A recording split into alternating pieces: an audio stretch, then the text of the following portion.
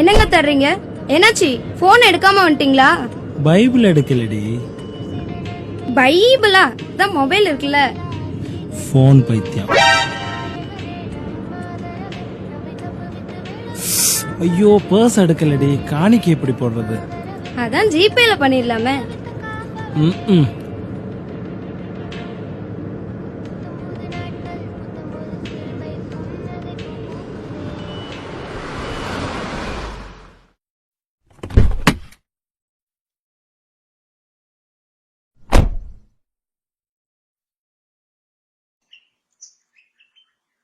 என்னாச்சுங்க? பஞ்சர் ஆயிட்ட. அப்போ சர்ச்சுக்கு போக முடியாதாங்க? 10 மணிக்கு முன்னாடி உன்னை கொண்டு போய் விட்டுறம்மா. நான் ஃபர்ஸ்ட் ஆளா செல்ஃபி எடுத்து போஸ்ட் பண்ணலாம்னு நினைச்சேன் Facebookல. என்னங்க இப்படி பண்ணிட்டீங்க? செல்ஃபியா? பிரியமானவர்களே, ஆராதனை ஆரம்பத்திற்காக அலங்கார வாசலாலே பிரவேசிக்க வந்து நிற்கிறோம் என்ற பாடலை நல்ல கரங்களை தட்டி தேவ நாமத்திற்காக பாடுவோம்.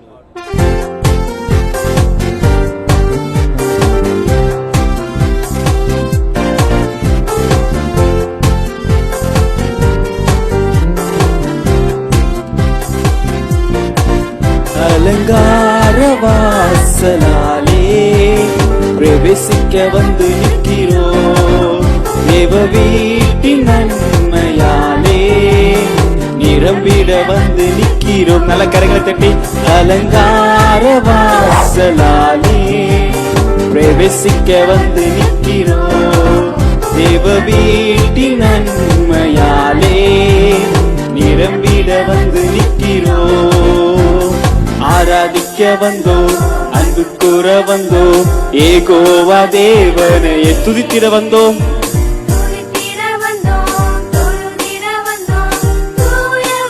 நல்ல கரங்களை அசைத்து ஆராதிக்க வந்தோம், அன்பு கூற வந்தோம், ஏகோவா தேவனையே துதித்திட வந்தோம், தொழுதிட வந்தோம், தூயவரே சுவையே.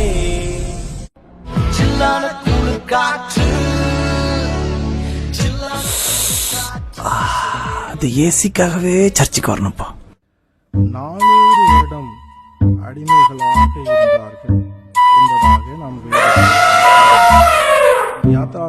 சர்ச்சுக்கு வர்றதே ஏசி காத்து வாங்கதான். இவனே மொத்த காத்தையும் வாங்கிடுவான் போல இருக்கு. என்னாச்சு? நான் சொல்ல உங்களுக்கு விளங்குதா இல்லையா? தப்பா எடுத்துக்கிடாங்க. இன்னைக்கு ஓய்வு நாள், அதனால இன்னைக்குரியது கடவுளுக்கு தான்.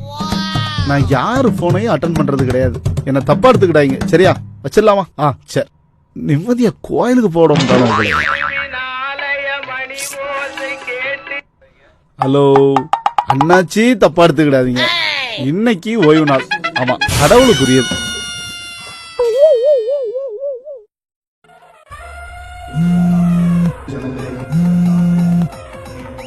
தம்பி, போன் ஏதாவது வைப்ரேஷன்ல இருக்கா? ஆமா சார். ரக்கித்தோட சர்ச்சுக்கு வர சொன்னா வைப்ரேஷனோட வந்திருக்கியப்பா. அதை முதல்ல கட் பண்ணி தொலைப்பா.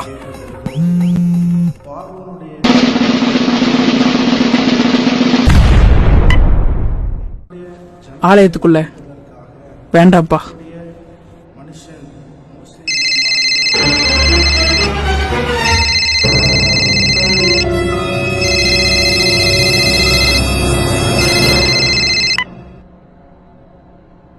ஆலயத்தில் செல்போன் உபயோகிப்பது தவறு. பரிசுத்த அலங்காரத்துடனே கர்த்தரை தொழுது கொள்ள வேண்டும். பரிசுத்த குலைச்சலான காரியம்.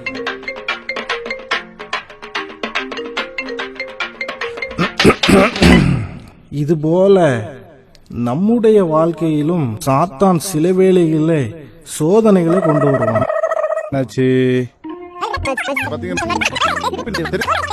அவர் என்கிட்ட பேசணும்னு சொன்னாரா?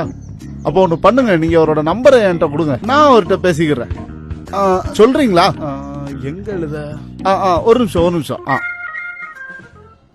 சொல்லுங்க சொல்லுங்க.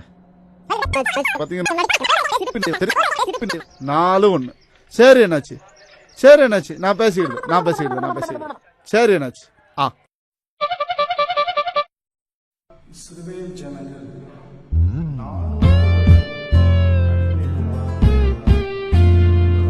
ரெட் கலர் சுடில சூப்பரா இருக்கு செல்லம்.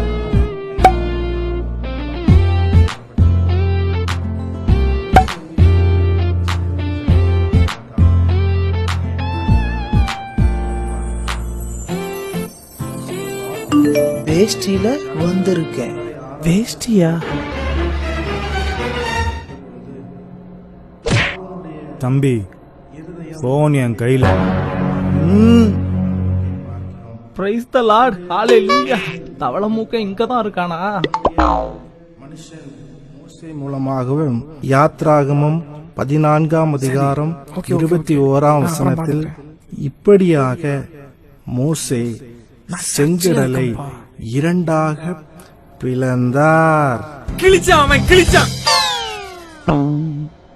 கிழிச்சா இல்ல பிரதர், பிளந்தார். பிளந்துருவோம் பஸ் பிளந்துருவோம். நான் போறேன்னா வீட்டை ரெண்டா பிளந்துருவோம்.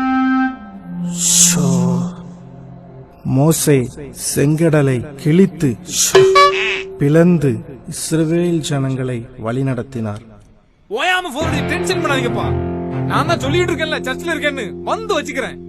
அண்ணாச்சி தப்பா எடுத்துக்கிடாதீங்க. இன்னைக்கு ஓய்வு நாள். நான் போன் யார் போனையும் எடுக்கிறது இல்ல.